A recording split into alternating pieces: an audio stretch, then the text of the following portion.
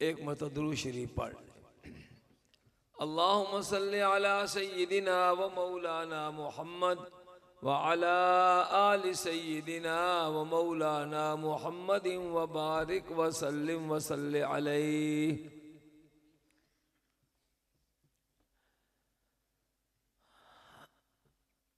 अल्लाह का खुशाब के लोगों, वैसे ही आपका नाम ही बड़ा ज़बरदस्त है, खुश आब। एक ज़माना था कि यहाँ का पानी भी बड़ा अच्छा होता था, अच्छा खुश आब मैंने अच्छा पानी, तो यहाँ का पानी बड़ा अच्छा होता था। ये तो मंगला डैम ने आपके पानी को ख़राब कर दिया, लेकिन बहरहाल इसके बावजूद पानी अगरचे कड़वा हो गया, और सच कड़वा ही होता है, तो आप सच्चे लोग हैं, अच्छे लोग हैं, और मैं आपको खुसूसन अपनी जमात को, इंटरनेशनल ख़त्म नबूवत खुशाब को खिराज तहसीन पेश करता हूँ कि आज वो ज़माना, वो वक्त जब एक तहरीक चल रही है कि एक आम आवाज़ लग रही है कि ख़त्म नबूवत का मसला तो हल हो गया, अब इस मसले को छोड़ो, कोई और मसला शुरू करो। गोया कौम को पता चल गया है कि ख़त्म नबूवत क्या होती है, इसलिए अब इस मसले को छोड़ दो। मैं समझता हूँ कि ये एक बहुत बड़ी साजिश है। ये जो कहना है कि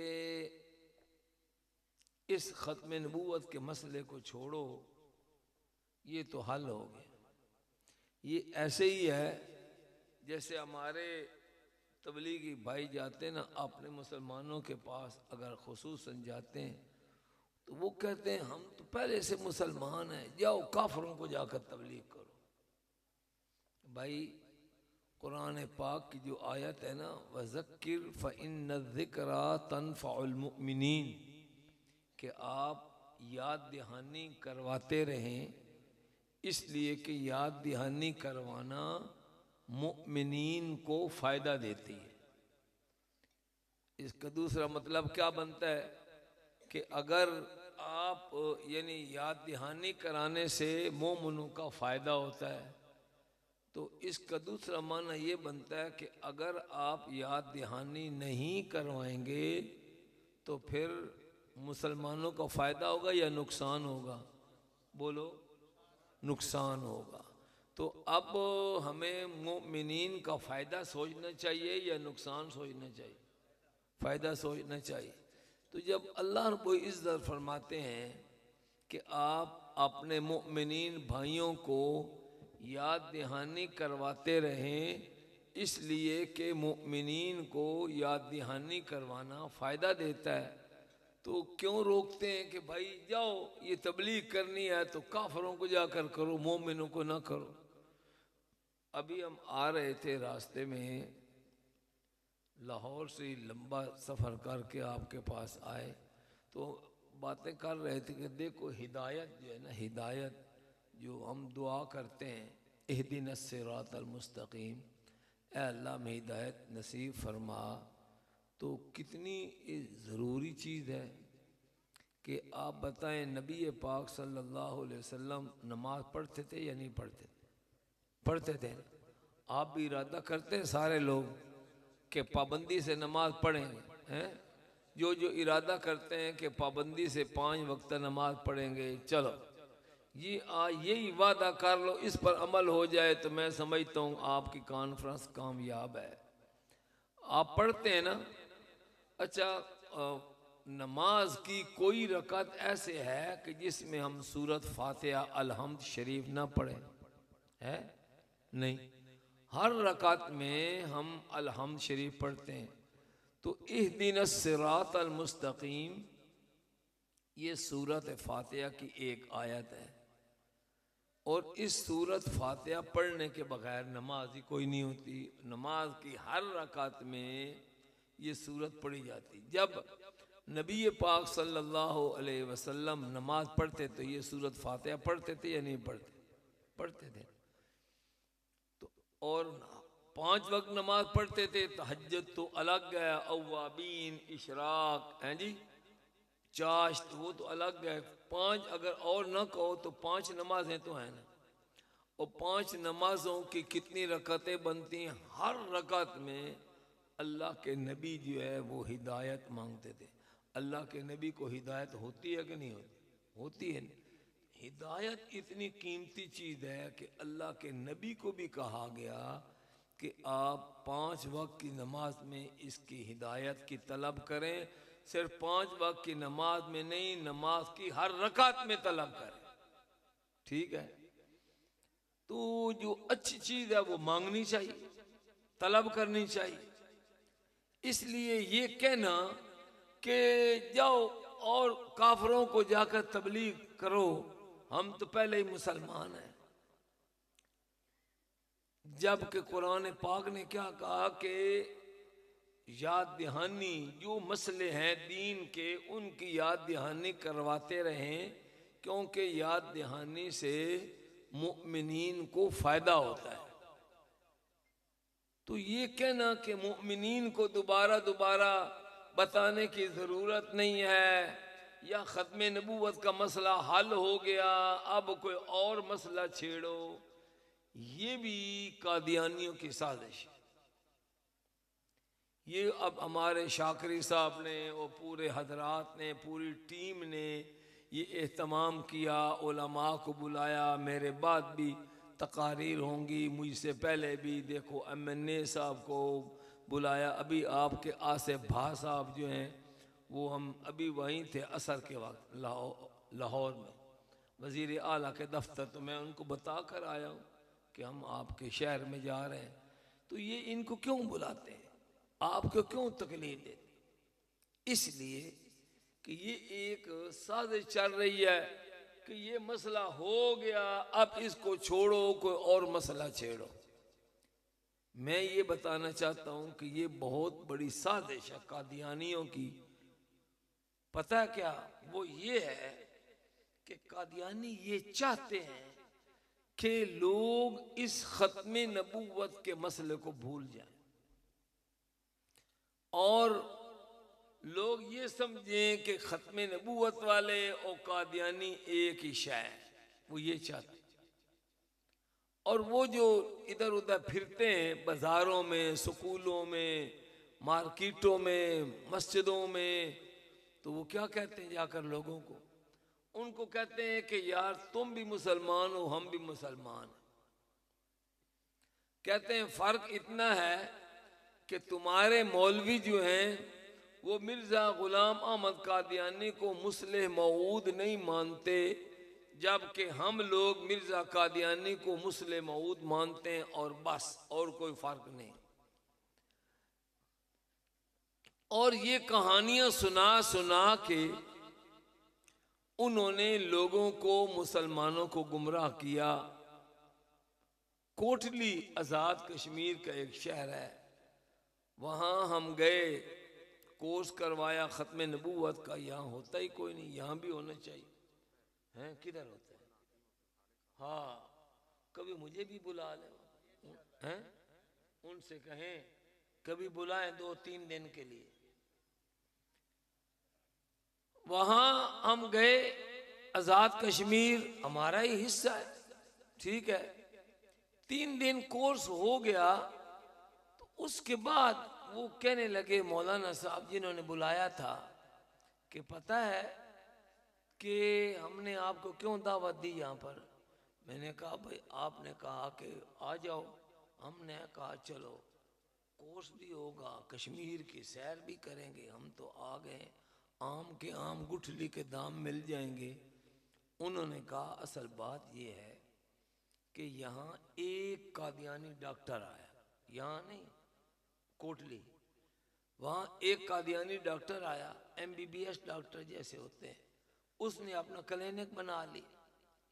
क्लिनिक बनाया तो लोगों की, वो जो आते हैं मर्द औरतें, किसी को बुखार है, पेट दर्द है, दिमाग ख़राब है, मुख्तलिफ बीमारियाँ होती हैं, तो वो लोगों का इलाज मुआवजा करता। लेकिन वो देखो अपने मिशन के साथ, कादियानी अपने मिशन के साथ कैसे पक्के हैं कि वो जितनी कमाई करता था, आप लोगों को पता है कि डॉक्टर कितनी कमाई करते हैं कि नहीं करते? पता नहीं 500 रुपया फीस, 1000 रुपया। लाहौर में तो 5-5 हज़ार रुपया फीस होती है डॉक्टर की। वो 5-7 मिनट लगाते हैं, चल 5000 रुपया बनने। तो कितनी उनकी कमाई होती है? बड़े बड़े जो ये हार्ट के स्पेशलिस्ट हैं या और, उनको तो पता नहीं चांदी होती है हर रोज। वो जो डॉक्टर था कादियानी, जितनी कमाई करता था उसमें से 70% वो पैसे अलग रखता अपने मजहब की तबलीग के लिए, और 30% अपने घर ले जाता। जो 70% पैसा अपने लिए यानी मजहब की तबलीग के लिए रखता, मसलन लाख रुपया कमाता था अगर, तो उसमें से वो जो 70,000 रुपया होता था, उससे अपने कादियानी मजहब की किताबें खरीदता, और 30,000 रुपया घर ले जाता। वो जो किताबें खरीदता उसमें मिर्ज़े कादियानी के वो अकायद लिखे होते थे, जबकि उसने नबी, रसूल, इमाम महदी, ईसा इब्ने मरियम होने का दावा नहीं किया था, यानी पहले पहले ज़माने की बात है। उसमें तो यही है कि वो हमारी तरह मुसलमान ही था, ठीक है, अहले हदीस जमात के साथ उसका ताल्लुक था। तो वो ये किताबचे यानी उसकी नसीहत की बातें, जैसे छोटी नमाज पढ़ा करो, रोज़ा रखा करो, झूठ ना बोलो, इस किस्म की बातें, वो किताबचे खरीदता। जो मरीज आता, मर्द या औरत, उसको कहते बाजी ये दवा तो आपने लेनी है, ये किताबचा ले लो, घर जाके पढ़ते रहना। और उसमें उनकी कोशिश क्या है कि लोगों को ये समझाएं कि हमारे और तुम्हारे दरमियान फ़र्क कोई नहीं। चुनाचे उसकी मेहनत का नतीजा ये निकला कि सन 2006 में जब हम गए, उसने कहा इस वक्त तक मुसलमानों की 29 बच्चियां कादियानियों के निकाह में चली गई। अब आप बताओ, सारे समझदार लोग बैठे हुए हो, मुसलमान बच्ची का निकाह कादियानी के साथ हो सकते हैं? वो उन्होंने कब किया? जब उन्होंने ये बताया कि तुम भी मुसलमान हो, हम भी मुसलमान। अगर उन किताबों में ये लिखा होता या कोई हमारा मौलवी बताने वाला होता कि ये जो कादियानी कहते हैं ना कि तुम भी मुसलमान हो, हम भी मुसलमान हैं, बस हम लोग मिर्ज़ा कादियानी को मुस्लिम मऊद मानते हैं, तुम्हारे मौलवी नहीं मानते। अगर हमारा कोई बंदा ये बताता कि ये झूठ है, ऐसी बात नहीं है। अभी मौलाना ने बात शुरू की थी, जो रहमानी साहब अभी गए, उन्होंने आपको बताने की कोशिश की कि आपको पता चले खत्म नबूवत क्या होती है। वरना इससे पहले मैं बता दूं आपको कि जब ये मसला नहीं बयान किया जाएगा, वो हर कोई अपने कोई मूंगफली बेचेगा, कोई मरुंडा बेचेगा, कोई क्या है ढोटा बेचेगा, है कोई पतीसा बेचेगा यहाँ पर, और ये मसला बयान नहीं करेगा, तो फिर मैं आपको अपने चिन्योड़ की बात बताता हूँ कि हम एक जगह बैठे एक निजी महफिल में बातें कर रहे थे। हमारी बातें यही होती हैं, खत्म नबूवत खत्म नबूवत। तो एक 18 साल का बच्चा, तकरीबन वो FA का तालिब इल्म, वो दूसरे मौलवी साहब से पूछता है कि ये खत्म नबूवत क्या होता है। समझ आई बात? आप जब आप नहीं बताएंगे ना, आप कहेंगे जाओ काफरों को तबलीग करो, हैं? आप नहीं बताएंगे तो फिर हमारे 18 साल के बच्चे वो यही पूछेंगे कि खत्म नबूवत क्या होता है। तो मौलाना ने एक बात तो आपको बताई, बाकी 2 बातें वाले साहब रहमतुल्लाह अलैह जो बताते थे, जो पहली बात उन्होंने बताई है वो याद है भला आपको? कोई नहीं, अभी भूल गए, अमल क्या करें। पहली बात उन्होंने ये बताई है कि हमारा अकीदा ये होना चाहिए कि आमना के लाल हजरत मोहम्मद मुस्तफ़ा सल्लल्लाहु अलैहि वसल्लम ही अल्लाह ताला के सच्चे और आखिरी रसूल हैं। आपके बाद नबूवत का दरवाज़ा बंद है, आपके बाद नबूवत का दरवाज़ा। तो पहली क्या बात है हमारी कि मोहम्मद सल्लल्लाहु अलैहि वसल्लम अल्लाह ताला के सच्चे और आखिरी रसूल हैं। आपके बाद हर किस्म की नबूवत का दरवाज़ा बंद है। अब ये सबक याद होगी या फिर भूल जाएंगे? याद है? अच्छा, तो ये तो है खत्म नबूवत। अब कादियानी क्या कहते हैं, आपने ये बात याद रखनी। कादियानी कहते हैं कि हुजूर अलैहिस्सलातु वस्सलाम के बाद नबूवत का दरवाज़ा बंद नहीं हुआ, बल्कि मिर्जा गुलाम अहमद कादियानी भी अल्लाह का नबी है। अब आपको बात समझ आई? तो जो ये कहते हैं ना कि हमारे तुम्हारे दरमियान फर्क नहीं है, अब आप सोचें, हम कहते हैं नबूवत का दरवाज़ा हुजूर अलैहिस्सलातु वस्सलाम पर बंद हो गया, वो कादियानी कहते हैं कि नबूवत का दरवाज़ा खुला हुआ है। तो बताओ हमारे उनके दरमियान फर्क है कि नहीं? एक फरीक कहता है अब नबूवत का दरवाज़ा बंद है, दूसरा कहता है नबूवत का दरवाज़ा खुला हुआ है। तो फर्क हुआ या ना हुआ? तो कादियानी जो बकते हैं कि हमारे और तुम्हारे दरमियान फर्क कोई नहीं है, वो सही बोलते हैं कि झूठ बकते हैं? झूठ बकते हैं। नंबर 2, दूसरा फर्क ये है कि हम मुसलमान ये अकीदा रखते हैं कि आमना के लाल हजरत मोहम्मद मुस्तफ़ा सल्लल्लाहु अलैहि वसल्लम अल्लाह ताला के हजरत ईसा अलैहिस्सलातु वस्सलाम, हजरत ईसा अलैहिस्सलातु वस्सलाम जो हजरत मरियम सलामुल्लाह अलैहा के बेटे हैं, बनी इसराइल की तरफ आपको रसूल बनाकर भेजा गया। वो अभी फौत नहीं हुए, आसमान में जिंदा मौजूद हैं। क़यामत के करीब वो आदिल बादशाह बन के दमिश्क की जामिया मस्जिद के मशरकी सफेद मीनार पर उतरेंगे आसमानों से।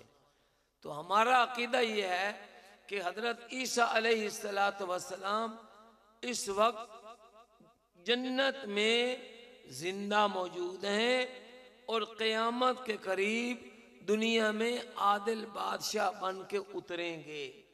ये अकीदा याद रहेगा। अब कादियानी क्या कहते हैं?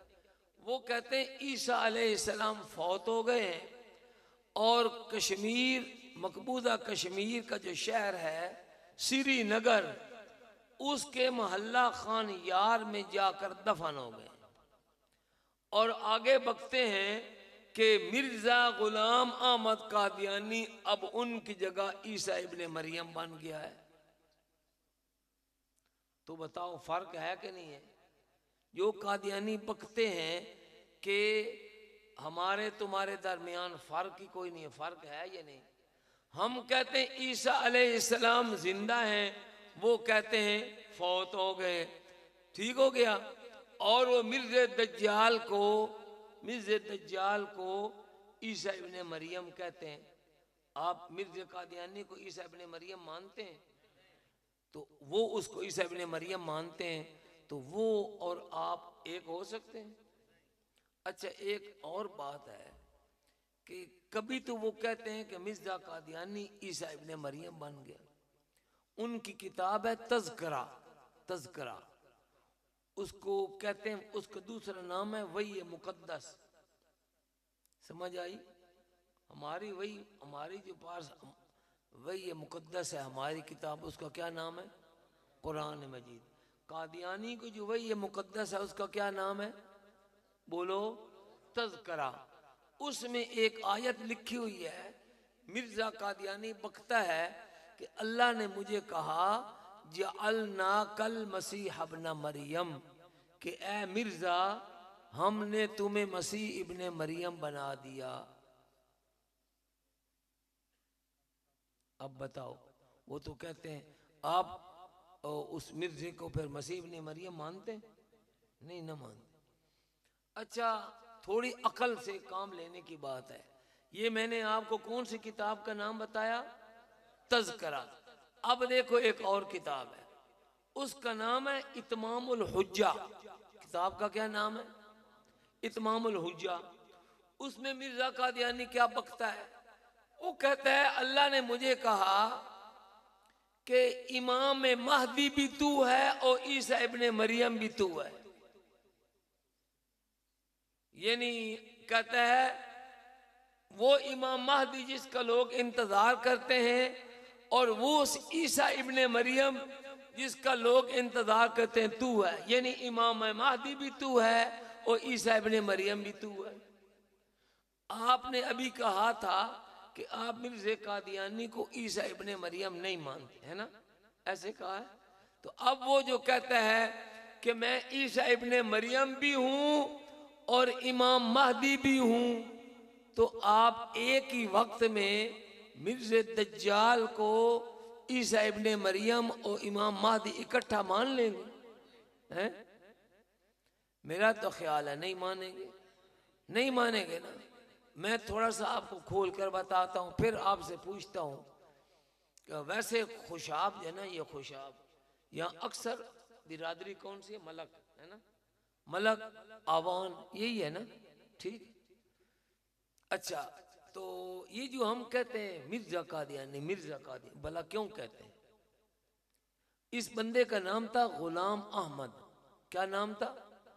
जो कादियानी में से जिसने नबूवत का दावा किया था, कादियान का रहने वाला, नाम उसका क्या था? तो उसको मिर्ज़ा क्यों कहते हैं? मिर्ज़ा उनका कबीला है। क्या है? मिर्ज़ा कादियानी ने खुद लिखा है कि मेरा कबीला मुगल बरलास है। क्या कबीला है? मुगल बरलास। अगर कोई मुगल बरलास यहाँ बैठा हो तो उसको गुस्सा नहीं करना चाहिए, ठीक है? तो मिर्ज़े का कबीला क्या है? मुगल बरलास। अब आपने ये याद रखना है।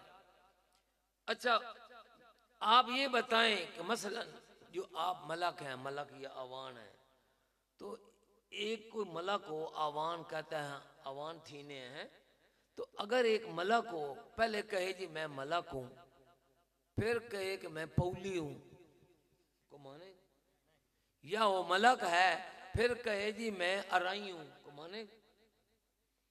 अब मिर्जे का कबीला क्या है बोलो? मुगल बरलास। क्या कबीला है? मुगल बरलास। अच्छा, मैंने आपको मिर्जे की किताब तज़किरा जो वही है मुकद्दस है, उसका हवाला दिया। उसमें वो कहता है अल्लाह ने मुझे क्या बना दिया है? ईसा इब्ने मरियम। क्या बना दिया? अब देखने के ईसा इब्ने मरियम कौन है, उनका भी कोई कबीला, बंदे हैं ना, तो बंदों का कोई ना कोई कबीला तो होता है ना हर बंदे का। अब मैं चिन्योड़ का रहने वाला हूं, तो हमारा कबीला राजपूत है, समझ आई? आप अक्सर, आप में से अवान बैठे होंगे, मेरे साथ एक हाजी साहब आए, हाजी सफ्दर करियाला साहब, ये भी टूटे फूटे राजपूत ही हैं, ठीक है, समझ आई बात? तो हर एक का कबीला है ना, ठीक हो गया। हमारा जो गनमैन है खड़ा बंदूक लेकर, माशाल्लाह ये हरल बिरादरी है, ठीक है। तो आप हैं क्या हैं? मलक, ठीक हो गया। अब मिर्जे कादियानी का भी उसने कबीला तो खुद बता दिया, क्या है भला उसका नाम? मुगल बरलास। अब वो कहता है अल्लाह ने मुझे क्या बना दिया? ईसा इब्ने मरियम। अब ये देखना है कि क्या ईसा इब्ने मरियम भी उनका कबीला मुगल बरलास है या कोई और है? जब हमने पढ़ा कुरान पाक को, तो अल्लाह पाक ने बताया कि हमने ईसा अलैहिस्सलातु वस्सलाम को बनी इसराइल की तरफ रसूल बनाकर भेजा था, समझ आई? किस की तरफ भेजा था? बनी इसराइल की तरफ। तो हजरत ईसा अलैहिस्सलाम के बारे में हम मुसलमानों का ये ईमान है, कुरान पाक ने बताया कि अल्लाह पाक ने आपको बगैर बाप के पैदा किया, ठीक है। लेकिन आपकी जो वालदा थी हजरत मरियम, उनके वालिद का नाम था इमरान, वालदा का नाम था हन्ना, ठीक है। तो ये जो इमरान थे, हजरत इमरान, इनका कबीला है बनु इसराइल। तो हजरत ईसा अलैहिस्सलाम का कबीला क्या बन गया? बनु इसराइल। यानी तो बनु इसराइल भी क्यों कहते हैं? इसराइल जो है ना, इसराइल असल में ये हजरत याकूब अलैहिस्सलाम का नाम है। किसका नाम है? अच्छा, तो इसराइल, इसराइल का माना अब्दुल्ला, यानी अल्लाह का बंदा। इसराइल अल्लाह का बंदा, यानी अब्दुल्ला। अब ये नाम है किनका? हजरत याकूब अलैहिस्सलाम का। तो हजरत याकूब अलैहिस्सलाम के बेटे हैं हजरत यूसुफ अलैहिस्सलाम और बिन्यामीन, और 12 बेटे थे ना। तो अब हजरत याकूब का नाम क्या बन गया? इसराइल। तो अब उनके बेटे क्या बन गए? बनु इसराइल। बनु इसराइल यानी हजरत याकूब अलैहिस्सलाम की औलाद। उसी औलाद में से हजरत ईसा अलैहिस्सलाम भी हैं। तो अब हजरत ईसा अलैहिस्सलाम का कबीला कौन सा बना? बनु इसराइल। शाबाश। क्या कबीला बना? मिर्जे कादियानी ने अपना कबीला क्या बताया था? मुगल बरलास। जब उसने अपनी किताबों में अपना कबीला मुगल बरलास लिखा, उधर कहता है कि अल्लाह ने मुझे ईसा इब्ने मरियम बना दिया। तो अब बताओ उसका कबीला क्या बन गया है? बनु इसराइल। पहले क्या था, अब क्या बन गया? एक आदमी के, आपने कहा था कि एक आदमी जो मलक हो, मलक थी ना हो, वो जो मलक हो वो थोड़ी देर बाद कहे मैं अराई बन गया हूं, आप उसको मानेंगे? पहले एक बंदा कहे मैं मलक हूं, फिर थोड़ी देर बाद कहे मैं राजपूत हूं या मैं अराई हूं, तो आप क्या कहेंगे कि यहाँ इस वली उसकी जगह वो ठीक है कि खराब है? खराब है। तो ये आदमी अक्लमंद होगा या पागल होगा? पागल। यानी अपना कबीला उसने बताया मुगल बरलास, अब क्या कह दिया कि मैं ईसा इब्ने मरियम बन गया, तो गोया क्या बन गया इसका कबीला? तो बनी इसराइलियों का बाप अलग है और मलकों का बाप, तो अब इसके कितने बाप हो गए हैं? मिर्जा कादियानी के कितने बाप बन गए हैं? 2। तो जिसके 2 बाप हो वो हलाली होता है कि हरामी होता है? हरामी। थोड़ा सा आगे सुनो, वो जो मैंने आपको किताब बताई है इत्मामुल हुज्जा, उसमें वो कहता है अल्लाह ने मुझे ईसा इब्ने मरियम भी बना दिया और इमाम महदी भी बना दिया। अब हमें जरूरत पड़ गई कि हम तलाश करें कि इमाम महदी का कबीला कौन सा है, पता करना चाहिए ना। हुजूर नबी करीम सल्लल्लाहु अलैहि वसल्लम ने बताया कि इमाम महदी जो है वो हजरत फातिमा रज़ी अल्लाह ताला अन्हा की औलाद में से होंगे। और हजरत फातिमा रज़ी अल्लाह ताला अन्हा किन की बेटी हैं? बोलो, रसूल पाक सल्लल्लाहु अलैहि वसल्लम की। रसूल पाक सल्लल्लाहु अलैहि वसल्लम का कबीला कौन सा है भला? बोलो, जोर से बोलो, कुरैश। तो अब इमाम महदी का कबीला कौन सा होगा? कुरैश। और हजरत ईसा अलैहिस्सलाम का कबीला कौन सा होगा? बनी इस्राइल। और मिर्जा गुलाम अहमद कादियानी का कबीला कौन सा है? मुगल बरलास। तो अब कितने बाप बनेंगे भला उसके? 3। वो हरामजादा, वो जो नबी बना फिरता है, पहले अपने आप को हलाली तो साबित करे हैं। तो कभी वो कहता है वो यानी मुस्लिम मऊद है, फिर बन गया वो इमाम महदी, फिर बन गया वो ईसा इब्ने मरियम। यानी आपने 3 बाप बता रहा है। जो आपने 3 बाप बताए उसको आप हलाली कहेंगे या हरामी कहेंगे? बोलो। तो जो इस किस्म के हरामी लोग हों वो और हम एक हो सकते हैं? समझ आ गई बात? समझ में को बात पड़ गई है? तीसरी बात, तीसरा फर्क यह है कि हमारे नबी करीम सल्लल्लाहु अलैहि वसल्लम के बारे में जब हमने ये ईमान बना लिया कि आप अल्लाह के नबी हैं और आपके बाद नबूवत का दरवाज़ा बंद है, तो बताओ आपके बाद जो नबूवत का दावा करेगा वो नबी होगा या झूठा होगा? हैं? वो नबी होगा या झूठा होगा? झूठा होगा। मिर्जा कादियानी उसने ये कहा है अपनी किताबों के बारे में, उसने कहा है कि ये जो मेरी किताबें हैं ना, इन किताबों के ऊपर हर अक्लमंद और समझदार बंदा ईमान ले आता है, मेरी किताबों की तस्दीक करता है और जो मेरे दावे हैं उनकी तस्दीक करता है। दावे आपको मैंने, उसने तो कई ऊट पटांग दावे किए, लेकिन 2 दावे तो याद हो गए। एक वो खुद कहते हैं मुस्लिम मऊद, तो दूसरा क्या है? इमाम महदी, और तीसरा क्या है? ईसा इब्ने मरियम। वो कहता है जो अच्छे समझदार लोग हैं वो मेरे दावों की तस्दीक करते हैं सिवाय कंजरियों की औलाद के। वो कहते हैं जो कंजरियों की औलाद है वो मेरे दावों की तस्दीक नहीं करते, यानी मुझे नबी नहीं मानते। अब आप सोच कर बताओ, सोच कर आप मिर्जा गुलाम अहमद कादियानी को नबी मानते? तो फिर वो कहता है जो मेरे ऊपर ईमान ना लाए वो सारे के सारे कौन होते हैं? कंजरियों की औलाद। तो उसने अपने ऊपर ईमान ना लाने वालों को क्या बनाया? और भला वो कितने बंदे? 2.5 अरब। 2.5 अरब पूरी दुनिया के जो मुसलमान हैं मिर्ज़ा कादियानी के नज़दीक वो सारे के सारे क्या हैं? कंजरी की औलाद है। अच्छा, उधर वो बकते हैं कि हमारे तुम्हारे दरमियान फर्क भी कोई नहीं है, हैं? और उधर हमें नाउज़ बिल्ला कंजरी की औलाद भी कहते हैं और फिर कहते हैं कि हमारे तुम्हारे दरमियान फर्क भी कोई नहीं है। तो फिर खुद क्या बने? फिर खुद भी कंजरी की औलाद बने ना। वालिद साहब फरमाते थे, हमारे वालिद हजरत मौलाना मंसूर अहमद चिन्योटी रहमतुल्लाह अलैह फरमाते थे कि मिर्जा कादियानी जैसे उसकी किताब है आईना कमालात इस्लाम, जिसमें वो कहता है कि मेरे ऊपर ईमान न लाने वाले सारे के सारे कंजरी की औलाद हैं।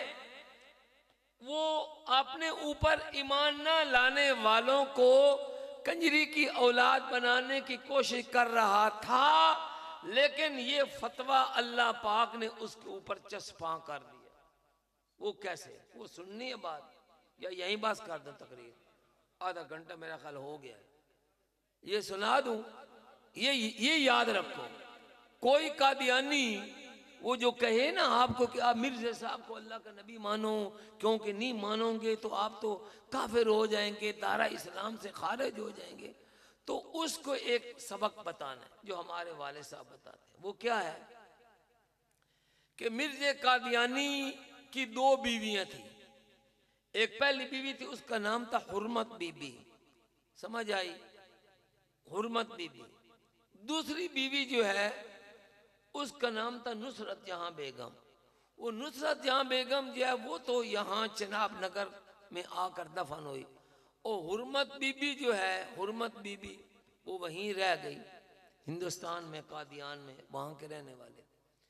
उससे मिर्ज़ा कादियानी की कुछ 4 बेटियां भी हुई, 2 बेटे भी हुए। जो 2 बेटे हुए उनमें से एक का नाम था फजल अहमद, दूसरे का नाम था सुल्तान अहमद। क्या क्या नाम थे, ये नाम याद रखना। फजल अहमद और दूसरे बेटे का नाम क्या था, सुल्तान अहमद। मिर्ज़ा कादियानी की जो वो बीवी थी ना, हुर्मत बीबी, नाम मैंने आपको बता दिया, हुर्मत बीबी। लेकिन ये कादियानी दज्जाल जो थे ना, ये देखो नुसरत जहां बेगम को कहते हैं उम्मुल मोमिनीन, और वो जो थी ना पहले वाली, उसको कहते हैं फज्जे दी मां। ये कितनी ज्यादती है।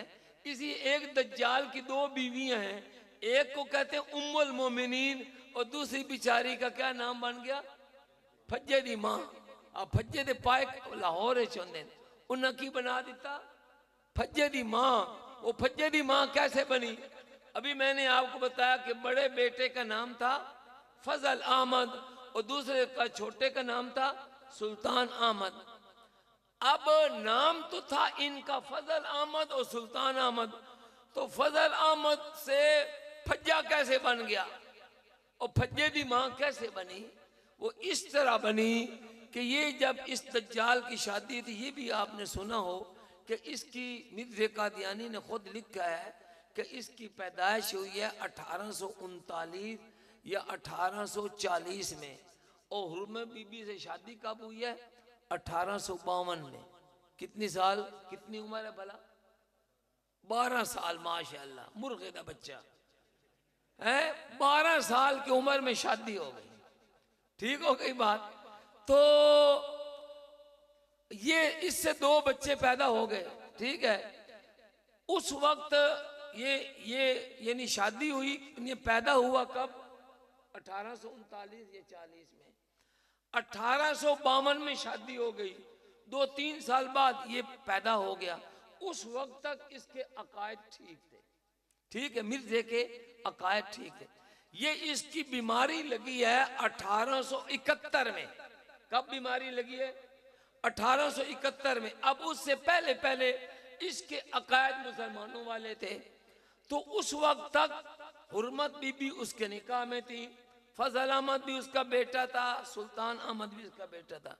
जब इस दज्जाल ने वो कभी ईसा इब्ने मरियम, कभी इमाम महदी, कभी मुसले मऊद, कभी जिल्ली बरूसी और मदारी द आम जी में बनने लगा, तो उसकी बीवी ने सोचा कि यार ये बदबख्त तो बड़ा बेगैरत है, कभी ईसा इब्ने मरियम बनता है, कभी इमाम महदी बनता है, ये कबीले भी अपने तब्दील कर रहा है। उसको समझ ना आई, वो इसको छोड़ के ना तो पेके अपने मेके आ गए। अब ताल्लुकात खराब होने शुरू हो गए। तो अब जनाब क्या हुआ कि फजल का बन गया फज्जा। तो ये फजल की मां थी, तो ये क्या बन गई, फज्जे दी मां। फज्जे दी मां यानी मिर्ज़ा कादियानियों की ना इंसाफी। कादियानियों की देखो कि मिर्ज़ा कादियानी के बड़े बेटे का नाम बिगाड़ के क्या फजल अहमद से क्या बना दिया, फज्जा। लेकिन अब जो बात याद रखने वाली है कि मिर्ज़ा कादियानी का जो बेटा था ये फजल अहमद, ये रहता था मुल्तान में, सब इंस्पेक्टर बन गया पुलिस में, और वहीं पर पुलिस के अंदर ही मर गया। जब मर गया तो इसकी मैयत कादियान लाई गई और मिर्ज़ा साहब को कहा गया कि तुम्हारा बेटा आया है, मर गया है, तो इसका जनाजा पढ़ाओ। इसने कहा दफन कर दो इसको, ये हमारे ऊपर ईमान नहीं ले आया और जमात के लोगों को रोक दिया कि इसके ऊपर जनाजा की नमाज नहीं पढ़ना।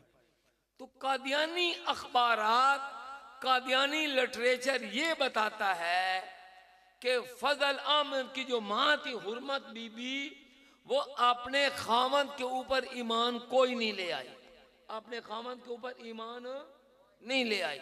उसका बड़ा बेटा फजल अहमद भी अपने अब्बे के ऊपर ईमान कोई ना ले आया और सुल्तान अहमद भी अपने अब्बे के ऊपर ईमान कोई ना ले आया। अब मिर्जे का फतवा क्या है? जो मिर्जा कादियानी के ऊपर ईमान न ले आए वो कौन होता है भला? बोलो, भूल तो नहीं गए? मिर्जा कादियानी ने फतवा दिया है कि जो उसके ऊपर ईमान न ले आए वो कौन होता है? कंजरी के औलाद। हम कहते हैं कादियानियों से पूछो कि फजल अहमद मिर्जे के ऊपर ईमान कोई ना ले आया तो वो क्या बना? बोलो, वो नहीं बताएगा। अब आपने बताना क्या बना वो? सुल्तान अहमद अपने अब्बे के ऊपर ईमान कोई ना ले आया तो वो क्या बना? और हुर्मत बीबी भी अपने खामद के ऊपर ईमान ना ले आई तो ये सारा टब्बर क्या बन गया? कंजर। अब ये बताओ कि वो कंजरों का टब्बर, वो बीवी जिसके घर में रहती थी वो क्या था? हैं? और साढ़े वाले साहब आखदे ने वड्डा भड़कंजर बला, वो दल्ला होता है ना कंजरियों का, जो दल्ला, वो हरामजादा ये था।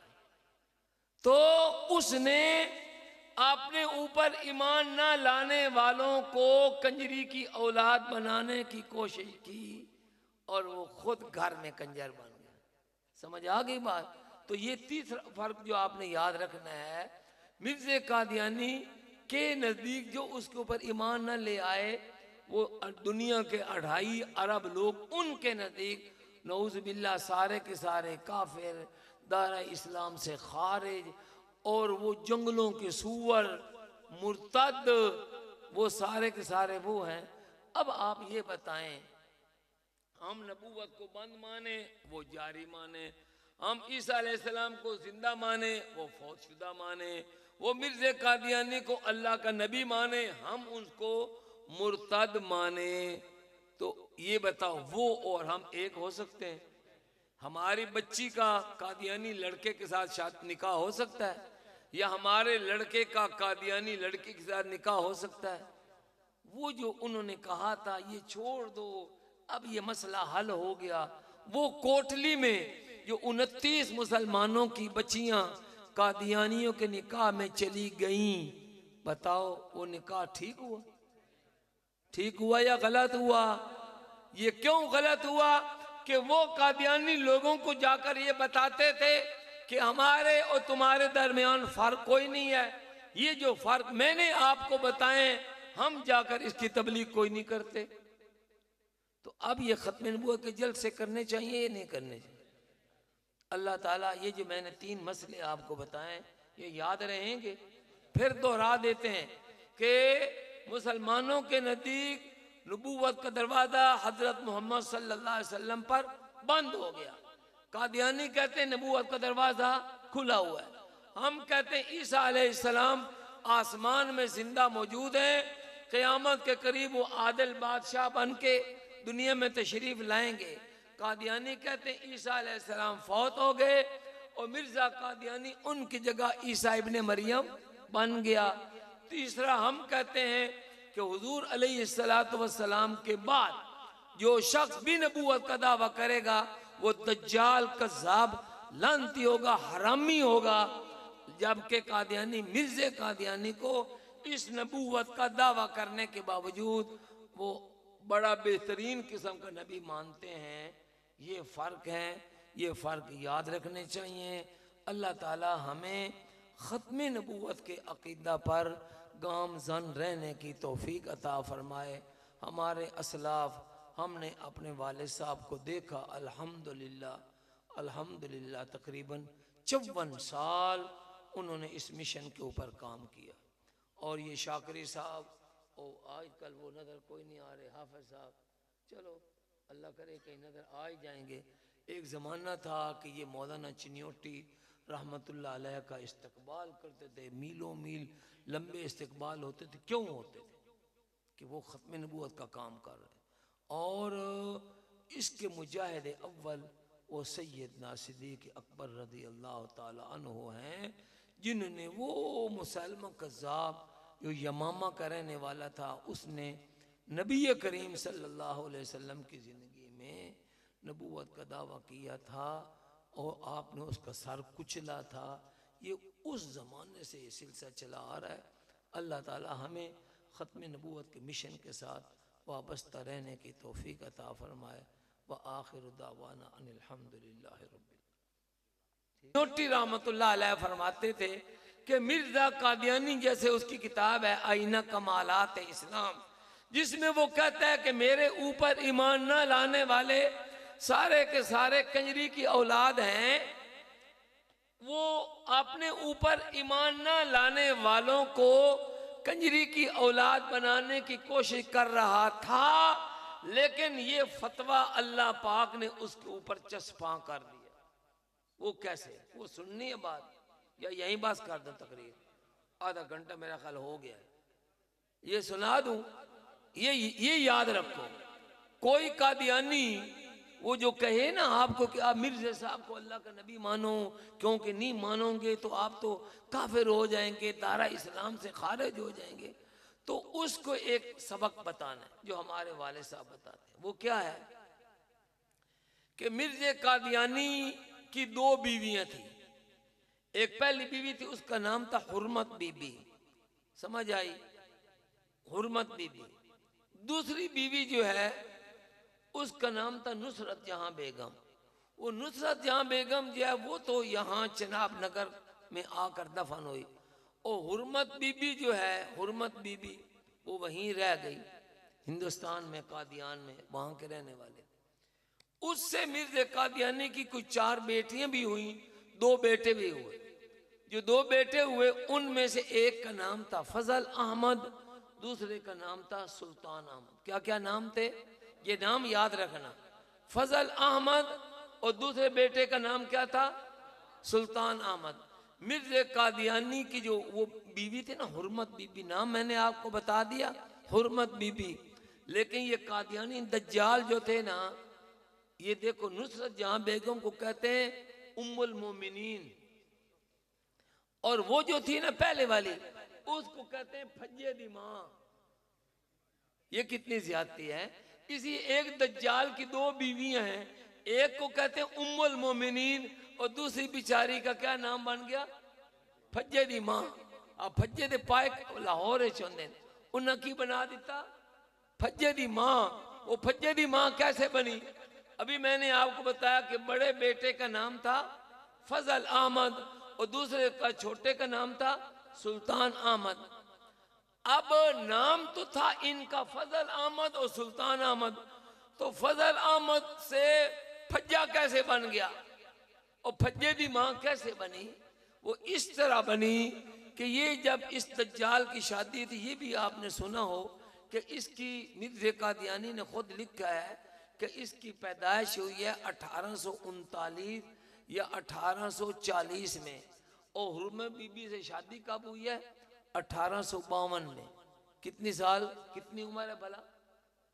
12 साल। माशाअल्लाह, मुर्गे का बच्चा है। 12 साल की उम्र में शादी हो गई। ठीक हो गई बात?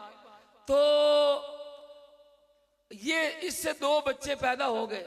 ठीक है, उस वक्त ये यानी शादी हुई, ये पैदा हुआ कब? 1839 या 40 में। 1852 में शादी हो गई, 2-3 साल बाद ये पैदा हो गया। उस वक्त तक इसके अकायद ठीक थे।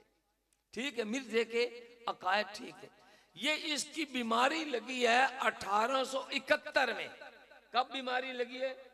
1871 में। अब उससे पहले पहले इसके अकायद मुसलमानों वाले थे, तो उस वक्त तक हुर्मत बीबी उसके निकाह में थी, फजल अहमद भी उसका बेटा था, सुल्तान अहमद भी उसका बेटा था। जब इस दज्जाल ने वो कभी ईसा इब्ने मरियम, कभी इमाम महदी, कभी मुस्लिम मऊद, कभी जिल्ली बरूसी, ਉਹ ਮਦਾਰੀ ਦਾ ਆਮ ਜਿਵੇਂ ਬਣਨ ਲੱਗਾ तो उसकी बीवी ने सोचा कि यार ये बदबख्त तो बड़ा बेगैरत है, कभी इसे इब्न मरियम बनता है, कभी इमाम महदी बनता है, ये कबीले भी अपने तब्दील कर रहा है, उसको समझ ना आई, वो इसको छोड़ के ना तो पेके अपने मेके आ गए। अब ताल्लुकात खराब होने शुरू हो गए। तो अब जनाब क्या हुआ कि फजल का बन गया फज्जा। तो ये फजल की माँ थी, तो ये क्या बन गई? फज्जे दी माँ।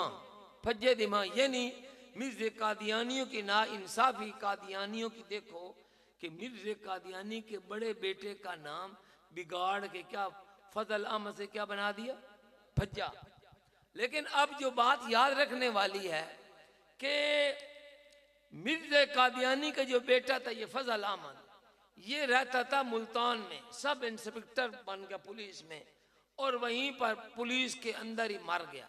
जब मर गया तो इसकी मैयत कादियान लाई गई और मिर्ज़े साहब को कहा गया कि तुम्हारा बेटा आया है, मर गया है, तो इसका जनाजा पढ़ाओ। इसने कहा दफन कर दो इसको, ये हमारे ऊपर ईमान नहीं ले आया। और जमात के लोगों को रोक दिया कि इसके ऊपर जनाजा की नमाज नहीं पढ़ना। तो कादियानी अखबारात, कादियानी लिटरेचर ये बताता है कि फजल अहमद की जो माँ थी हुरमत बीबी, वो अपने खामद के ऊपर ईमान कोई नहीं ले आई, अपने खामद के ऊपर ईमान नहीं ले आई। उसका बड़ा बेटा फजल अहमद भी अपने अब्बे के ऊपर ईमान कोई ना ले आया, और सुल्तान अहमद भी अपने अब्बे के ऊपर ईमान कोई ना ले आया। अब मिर्ज़े का फतवा क्या है? जो मिर्ज़ा कादियानी के ऊपर ईमान न ले आए वो कौन होता है भला? बोलो, भूल तो नहीं गए? मिर्ज़ा कादियानी ने फतवा दिया है कि जो उसके ऊपर ईमान न ले आए वो कौन होता है? कंजरी के औलाद। हम कहते हैं कादियानियों से पूछो कि फजल अहमद मिर्ज़े के ऊपर ईमान कोई न ले आया तो वो क्या बना? बोलो, वो नहीं बताएगा। अब आपने बताना क्या बना वो? सुल्तान अहमद अपने अब्बे के ऊपर ईमान कोई ना ले आया तो वो क्या बना? और हुरमत बीबी भी अपने खामद के ऊपर ईमान ना ले आई, तो ये सारा टब्बर क्या बन गया? कंजर। अब ये बताओ कि वो कंजरों का टब्बर, वो बीवी जिसके घर में रहती थी वो क्या था? हैं? और साढ़े वाले साहब आखदे ने वड्डा भड़कंजर बला, वो दल्ला होता है ना कंजरियों का, जो दल्ला, वो हरामजादा ये था। तो उसने अपने ऊपर ईमान ना लाने वालों को कंजरी की औलाद बनाने की कोशिश की और वो खुद घर में कंजर बन गया। समझ आ गई बात?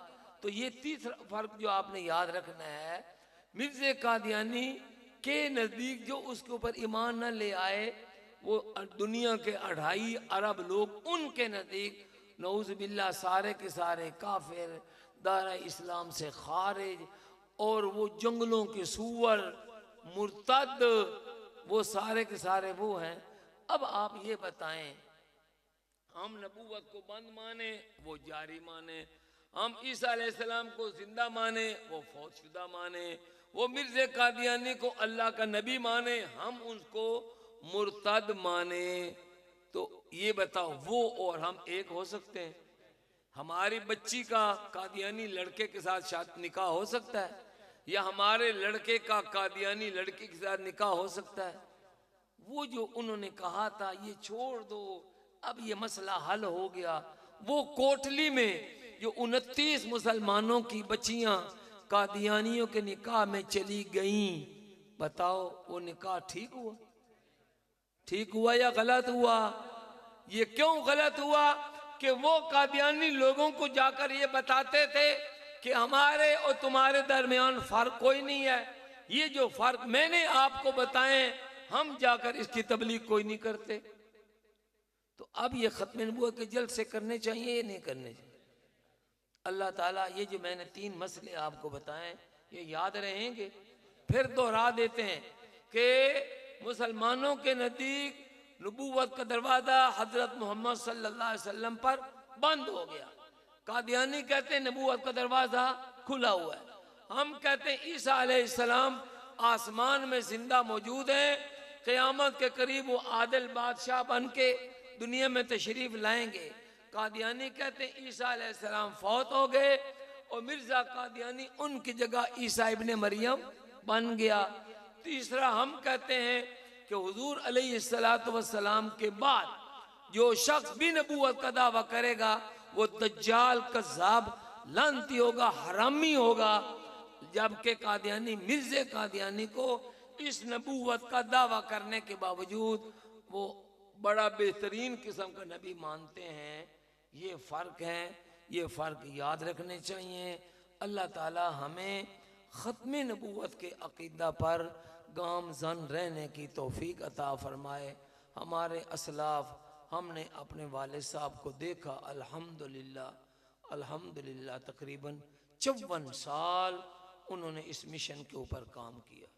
और ये शाकरी साहब, ओ आजकल वो नज़र कोई नहीं आ रहे, हाफिज़ साहब, चलो अल्लाह करे कहीं नज़र आ ही जाएंगे। एक ज़माना था कि ये मौलाना चिन्योटी रहमतुल्लाह अलैह का इस्तकबाल करते थे, मीलों मील लंबे इस्तकबाल होते थे। क्यों होते थे? कि वो ख़त्म नबूवत का काम कर रहे हैं। और इसके मुजाहिद अव्वल वो सैयदना सिद्दीक़ अकबर रज़ी अल्लाह ताला अन्हु हैं, जिन्होंने वो मुसलमा कज़्ज़ाब जो यमामा का रहने वाला था, उसने नबी करीम सल्लल्लाहु अलैहि वसल्लम की ज़िंदगी में नबूवत का दावा किया था और आपने उसका सर कुचला था। ये उस ज़माने से ये सिलसिला चला आ रहा है। अल्लाह ताला हमें ख़त्म नबूवत के मिशन के साथ वाबस्ता रहने की तौफ़ीक अता फ़रमाए। व आखिर दावाना अनिल हम्दुलिल्लाहि रब्बिल